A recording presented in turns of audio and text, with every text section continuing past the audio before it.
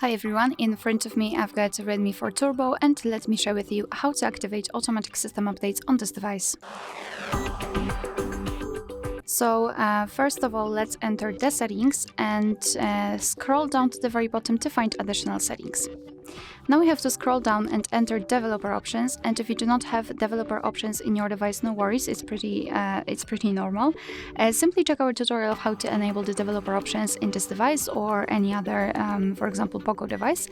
So let's tap on developer options and here scroll down to find automatic system updates. Just tap on the switcher and from now on, your device is allowed to apply the updates whenever it will be restarted. Of course, you can turn this option off just by tapping on the switcher again.